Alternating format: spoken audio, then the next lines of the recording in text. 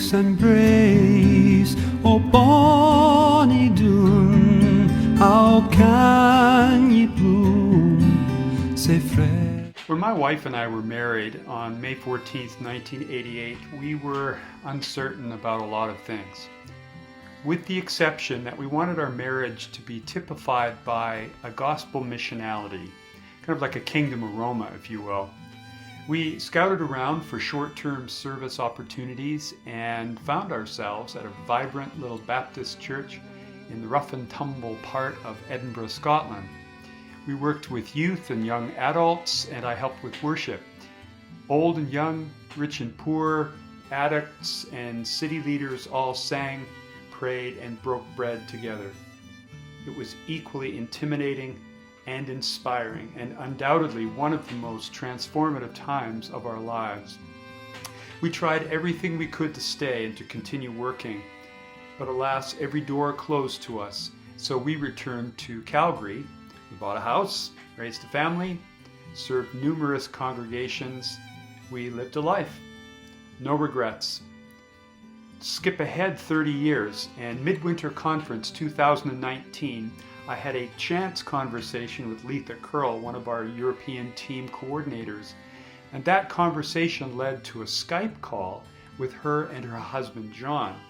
And that conversation led to my transition from many years of congregational ministry to global service in the UK with Serve Globally. Since then, we've sold our home, we've paid our debts. I was ordained this year at Gather, and we moved back to Canada. We're going to Britain as tent makers. My wife is already there and is pursuing a job in geographic information systems. And I remain behind raising prayer and financial support, deepening friendships, and sharing our story with as many people as I can. In general terms, Serve Globally performs 5 basic kingdom functions in Europe. 1. Evangelism in a post-colonial context. 2. Church planting and revitalization. 3. Ministry in the arts. 4th, ministry among those caught in human trafficking. And finally, ministry among refugees, immigrants, and asylum seekers. These will help to shape our emerging ministry. More specifically, I'm called to conversations and community at the intersections of life and spirituality and the arts. I've been a professional musician and a writer my entire adult life, and I bring that passion and background to bear uniquely among young, educated adults in some level of faith deconstruction. We strive to listen, learn, and love them back to a place of faith, reimagined in more nourishing, grace-filled ways. Second, I have a master's degree in spiritual formation and leadership, and many years of experience working as a speaker, a retreat leader, and a purveyor of a more ancient, mystery-oriented Christianity. I build community at the intersections of all of those places, kind of a deconstructing faith with something reimagined, rooted and restored in the deep soil of historic Christian spirituality. Finally, I see myself in ministry among the recovery community. I'm a recovering alcoholic and have for years pursued a spiritual formation emphasis among others like me.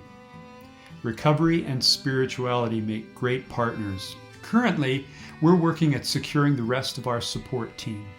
We only have 30% yet to go. A very popular initiative has been what we have called Project 21. $21 a month, coffee money gospel. We need 100 of those and we're ready to go. Or 120 Canadian. You know how it goes. Thanks to our wonderful ECCC friends, we have a Canadian link for donations in Canadian funds, and that can obtain a Canadian tax receipt. And that link is included here. Simply choose Global Great Britain in the drop-down menu.